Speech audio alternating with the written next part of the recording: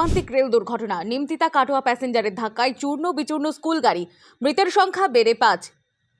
মুর্শিদাবাদের কর্ণসুবর্ণ রেল স্টেশনের অদূরে শুক্রবার সকাল ৬:৪২ নাগাদ ঘটে যায় এক হৃদয় বিদারক দুর্ঘটনা। 53054 নিমতিতা কাটোয়া প্যাসেঞ্জার ট্রেনের সঙ্গে একটি স্কুল গাড়ির ভয়াবহ সংঘর্ষে গাড়িটি সম্পূর্ণ দুমড়ে মুচড়ে যায়। দুর্ঘটনার পর থেকেই বাড়ছে মৃত্যুর সংখ্যা।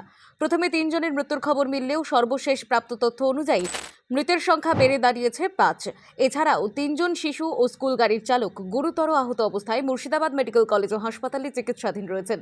প্রত্যক্ষদর্শীদের বর্ণনায় সংঘাতের অভিঘাত ছিল এতটাই প্রবল যে মুহূর্তের মধ্যেই গোটা এলাকা আতঙ্কে ছেয়ে যায়। খবর পেয়ে ঘটনাস্থলে পৌঁছায় রেল পুলিশ, জেলা প্রশাসন, দমকল ও উদ্ধারকারী দল। অভিযান চালিয়ে তদন্ত শুরু করেছে রেল ও প্রশাসনের সংশ্লিষ্ট কর্তৃপক্ষ।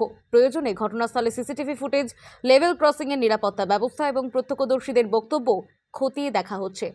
এই মর্মান্তিক দুর্ঘটনার জেরে ওই রুটের রেল চলাচলেও সাময়িক প্রভাব পড়েছে। প্রশাসনের পক্ষ থেকে পরিস্থিতির উপর নজরদারি অব্যাহত রয়েছে।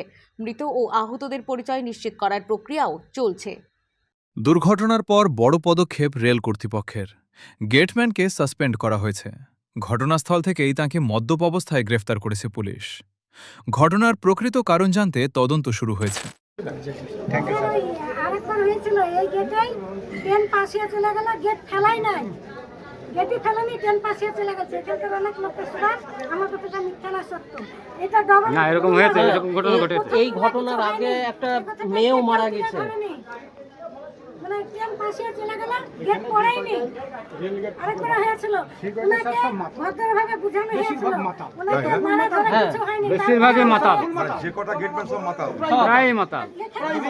এখনো কিন্তু খাইয়ে দিয়ে একদম টোল হয়ে পড়েছে, এখনো তো শুয়ে আছে, ঠিক মতো দাঁড়াতে পারছে না। ড্রাঙ্ক করেছে। ওগুলো তো ভিডিওটা বলা দরকার। একটা সব চাষি সুযোগ আমি বললাম যে মিডিয়াতে